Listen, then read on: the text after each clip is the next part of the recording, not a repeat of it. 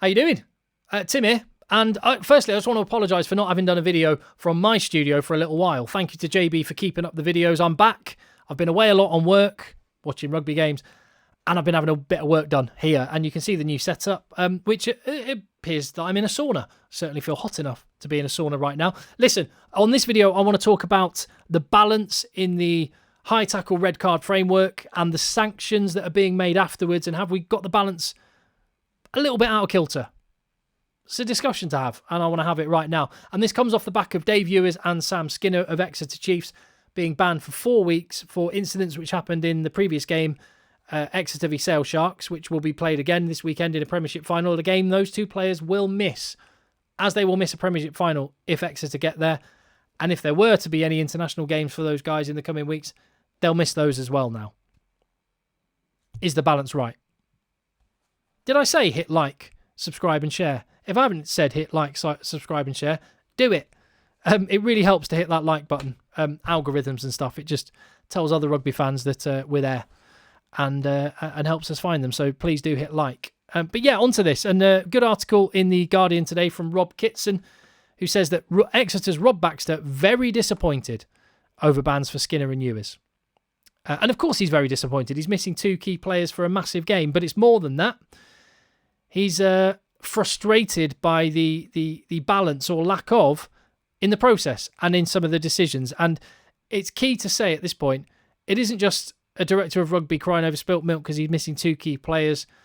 It's clearly broader and deeper than this because, as Rob Kitson points out, Damien Hopley, Chief Executive of the Rugby Players Association, has said that they have, quote, growing concerns about the issue. And he also mentions that they're having internal discussions at the moment, so we may hear more from the RPA. But the only reason the RPA would even say or make a statement like that is because the people they represent, rugby players, have an issue. And I do genuinely think there is an issue here. And I think it's a nuanced issue.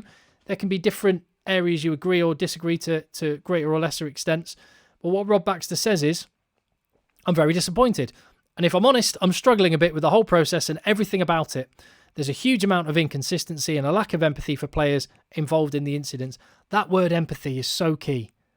You've just got to remember, and this is what I want to say, and this is, I think, I'll come back to this, but just have in mind, these guys that we see going out on the park on the weekend, and we love to watch on BT Sport, and we love to watch when we're in the stands, I just want you to remember and consider for a second the sacrifices, the effort, and the incredible skill and abilities that these guys have. And also the danger that they put themselves in every single time they step out on the field. Just have all that stuff in mind before you start making hard and fast decisions without having the kind of empathy that Rob Baxter is talking about. He says, I definitely think it's getting to the stage that current players need to have a lot more input around making the laws and how they're refereed and cited. I'm not saying there isn't a need to look at head contact. Of course there is. But there are 2 sides to every process, and it isn't feeling like that at the moment. So is the player's perspective being ignored a little bit? And I've seen quite a few people, I think quite unkindly, respond to this article and to Rob Baxter's words by saying that he's being dangerous and irresponsible because players shouldn't have a part in the process because we're talking about their heads and the players don't know best. I just think that is lacking all the kind of... That's exactly the kind of lack of empathy that Rob Baxter's talking about. Yes, within the 80 minutes, there are independent doctors on the field and players do need those decisions taken out of their hands because they're wired to just want to get out there and play. And so that's fantastic. Off the field, we have a bunch of very intelligent, intellectually bright, critical-minded, and above all, with a keen understanding, and no one has a keener understanding than them, away from the 80 minutes, over the need to look after their bodies, their brains, and their rugby careers and their lives with their families longer term. No one has a better perspective. So the voice of rugby players, should absolutely be heard. He said, I think there's inconsistency in the process. There needs to be a move by players playing the game to take a hold of it. I get a growing feeling among the players, not only at this club, that that's something not far off happening. If you ask a lot of the players who are playing now, I don't think they would agree with what's currently happening. And you know it's more than Exeter Chiefs because the RPA have piped up. And as I say, they wouldn't do that if it was just one club. This is broader and deeper, and there's a conversation to be had. And Rob Baxter says, yes, we have to look after the guys who are potentially being high tackled, but we also have to look after the guys where the high tackle might only be occurring because there is not a lot they can do. Everybody has got a responsibility to tackle lower and safely. And who doesn't agree with that now? But rugby is an incredibly dynamic game with lots of moving parts. Yes, Rob Baxter. And this is why I want to bring up the Sam Skinner incident as an example. The phrase that gets used a lot is, quote unquote, change the behaviour. And part of the reason why there have been harsher sanctions, a red card framework that leads to many, many more red cards than there were in the past, is because they want to change the behaviour. And I'm just look at this. Just shortly before contact with Faf de Klerk. And yes, contact was made with the chin. And you can argue a red card should have been given at the time. I would have made more given a red card for Dave Ewers and more likely a yellow or pen for this particular incident, which was given a red card. But you tell me the change of behaviour that you want from Sam Skinner. Because there's a load of armchair fans who've just sat there going, oh, he should have gone lower. He should have decided not to tackle Faf de Klerk because he should have realised that Ben Moon had the tackle covered.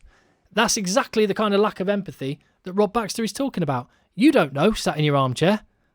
Sam Skinner knows. These players know. They do it all the time. And here's a side angle. Again, just before contact. And yes, contact was made with the chin. I'm not trying to deny that should happen. I'm not trying to say it shouldn't have been a red card. I might have given it a yellow rather than a red, but fine. What I'm trying to say is Sam Skinner has done the quote-unquote change of behaviour that has been asked of him. And he's still made contact with someone's head. And that's my point. And that's where this lack of empathy has got us to. A situation where there's not enough empathy for the players that you can't accept that sometimes there is contact with players' heads. All the players know that when they run out on the field. Why can't we appreciate it? And here's the reality. Sam Skinner, let me just show that image again. Sam Skinner, who has changed his behaviour and just got unlucky, making contact, what happened to be tackling the shortest man on the field.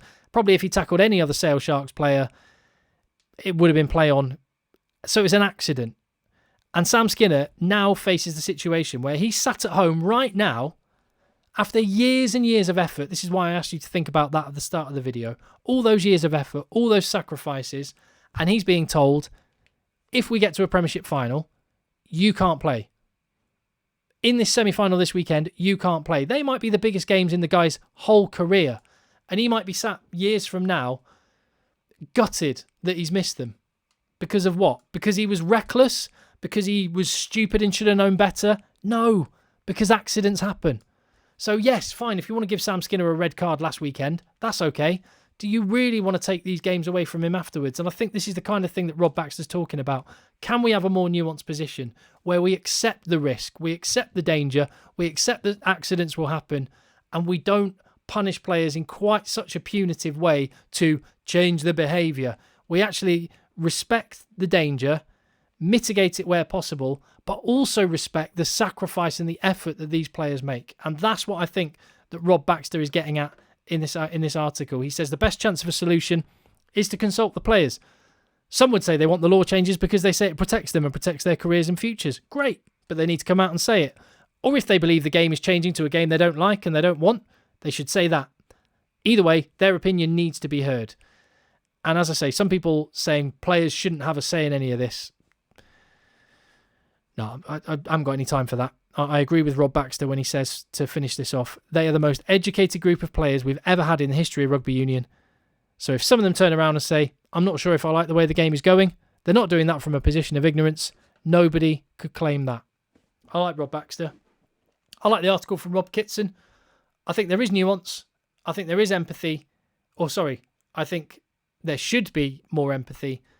And I feel, ultimately, I feel incredibly sorry for both Dave Ewers and for Sam Skinner and for every other rugby player who makes a mistake and gets the book thrown at them. You might disagree, and that's absolutely fine. That's what the comment section is for. If you've got to this point in the video, though, I'm imagining you might have, whether you disagree or agree, you might have enjoyed it, in which case please hit like, share, subscribe, and I'll see you on the next one.